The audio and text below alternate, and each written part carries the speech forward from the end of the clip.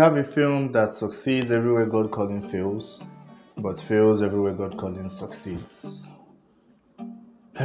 We just can't win with Nollywood, can we?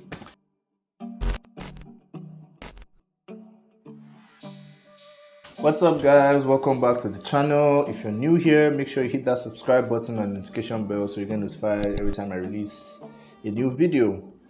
Let's get into today's video. Today I'm reviewing a movie titled Strain. Strain, much like God Calling, deals in several compelling and sensitive themes. But unlike God Calling, I think here it navigates through them almost expertly. So that was really cool. Well, this film is very much a conversation starter, so I'm probably going to spoil a lot of it in the course of this review. So you should probably check out the film in Netflix and then come right back to watch my review. Now, this film features a pretty compelling story, which is centered around a sensitive issue, at least in the Nigerian landscape, much like Black Rose. It also somehow reminds me of October 1 in the way the characterization felt believable to me. And then, like God Calling, it touches on suicide, parenting, and the effect that children or the things that happen to our children can have an effect on the relationship between the married partners, the spouses, if you will. The story follows Ekeng, well, not Ekeng, his family. The story follows, I can't remember their last name. The story follows their family, Sha. Ekeng is a child that was born with sickle cell disease. I believe that's the SS genotype, and it just goes to show the strain it puts on the relationships within the family. That was the whole idea of the film. I believe the word strain was actually used maybe once in the entire film, but it didn't feel out of place. So that's just the main premise of the film, and basically the way the film is structured, it spreads awareness on the issue, and it's very much a conversation starter, which we don't have many of those in the Nigerian movie landscape. So this was a nice addition. Now, I think the characterization in this film was very well done. The way characters were written just feels believable over the course of the film. Dialogue also mostly feels very organic, which is pretty impressive for a film I've never heard of before. Like the way all the characters were pushed to whatever extent they were pushed, how Ekenen's sister Ebere was pushed to being almost wicked, or how her being put in that situation essentially pushed her brother, the one with the actual sickle cell, to trying to take his own life. All sorts of things. All these arguments between the father and the mother on several issues like their finances. The woman works, the man is an artist, so she's bringing in steady income, he is not, and that was kind of a bone of contention in their relationship. And it was interesting to see that play out, because you hear about it a lot, like Nigerians talk about it a lot, how men cannot deal with women making more money than them, but then I rarely actually see that situation where the woman is making more than the man. Well, except maybe in my family. They had all sorts of issues. She wanted him to be more practical and get a job with his father. He had issues with his father because of a bunch of other things. The man is an Igbo man, and then the woman is Yoruba. And I don't know why the person that has issues with their parents and pride is stopping them from resolving is always an Igbo person. Even though I know Igbo men tend to be proud, but it's kind of a recurring thing at this point. I was like, we get the point, it's okay.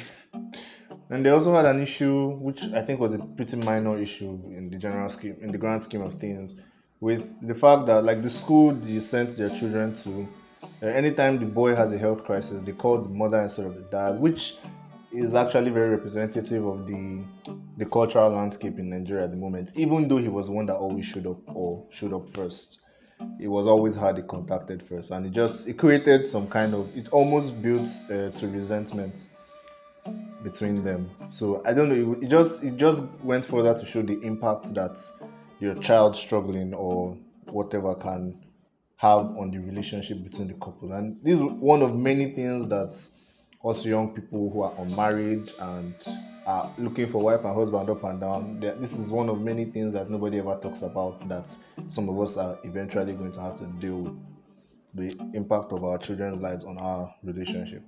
There was also the issue with the genotype. The sickle cell disease means that the child is SS, right? And for someone to SS blood genotype, for someone to be SS, one or both of the parents must have S in their own genotype. So AA and AA having children is impossible for them to produce an SS child, but then AS and AS there's a possibility. SS and SS is a guarantee. So it is a huge thing in Nigeria. From what I can tell, nobody really cares outside here, but it's a huge thing. And it wasn't a situation of, one of them lied about his genotype, or they did strong head and said we'll marry regardless and have children and God will be with us or something like that. It wasn't any of that. It was literally that one of them didn't know. So there was no deceit on anyone's part. The man didn't know he was AS, I believe. And he felt guilt through that. I don't know. Just the way everything manifested felt very compelling. And then the fact that he did not know his genotype at his age, even though he had a test, well, he knew, but what he knew was wrong, which actually is reflective of our healthcare system as well. So a lot of the ways the story was contextualized just makes it a lot more believable for me that is in Nigeria. Like, personally, while I don't really care about the AS genotype crap, adopt children, surrogates, there are a lot of ways around that. I've taken 2 genotype tests in my life. One said I was AA and one said I was AS. Obviously, I have to take a third. I now have to take a third to figure out which I actually am, because even my parents don't know my genotype for some reason. So, yeah. So, yes, the whole genotype, whatever, is a huge thing in Nigeria. On Nigerian Twitter, I've literally seen some people genotype in their bio. Like, okay, I don't know, man. It's a whole mess of things here, and I like that this film addresses a lot of things and does not really sugarcoat anything. And like I said, it brings awareness on the issue. So I, being AS and assuming that if I happen to end up with an AS person, then I'll just walk around that. I don't really know much about the sickle cell situation. I didn't even know there was any procedure that could cure it until I watched this movie. So it's nice that it brings some information to light and opens conversations to the point that I am actually going to go and research on it now, even though I previously didn't really care. So overall, the story and the themes within it, like I said, the regrets, the guilt, because I think at some point everybody in this film felt something.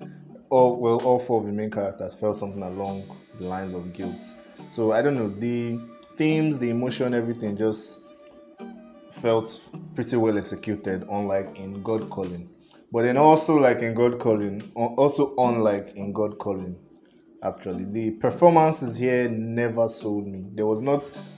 I don't think there was a single second where I believed the portrayal by anybody here. I didn't really recognize any of the actors in this film except the person that played the grandfather, who was probably in the film for like 3 minutes.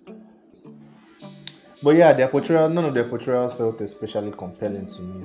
But I just wrote that off, right? Like I've said in my previous video, I would rather take a good story and bad everything else than a good everything else and a bad story. This film delivers on story.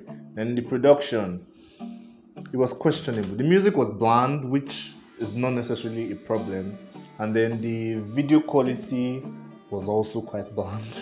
I don't know. The lighting, in some scenes wasn't great. It was bland. I don't know. It was just there.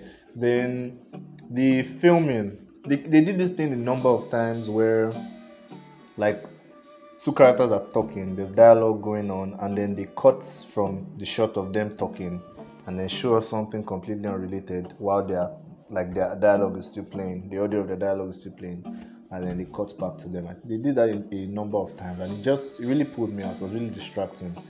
Like, why? So yeah, production didn't impress me, the performances didn't impress me, but I was really sold on the story and the characterization and everything. So this film was recommended to me by one of my friends. It was nowhere on my radar before. I don't know when it came on Netflix, which is weird. I usually know when they come on Netflix. Overall, this is a pretty good film. I like the way it handles the subject matter it chose to handle, and I love that even though the film's primary objective is probably spreading awareness on the issue and the possible solutions to the issue, that it didn't feel like I was watching maybe an exposition or documentary, whatever, right? It still felt like I was watching a story play out. So that was good. For my rating of this film, I would give this a second class upper. Because, as I have said in previous video and once today, a good story and bad everything else is better than a good everything else and a bad story, to me. Of course, if you can get everything, like, I would be grateful, but this is the country we find ourselves in. So, we've come to the end of this movie review. Thank you for watching the video. If you have seen the movie, let me know what you thought of it in the comment section. If you were as impressed by the story as I was, or as unimpressed by the performances and production as I was. Leave a like, subscribe, share with your friends. Yeah, we'll see you back here, same time, some other day. Peace.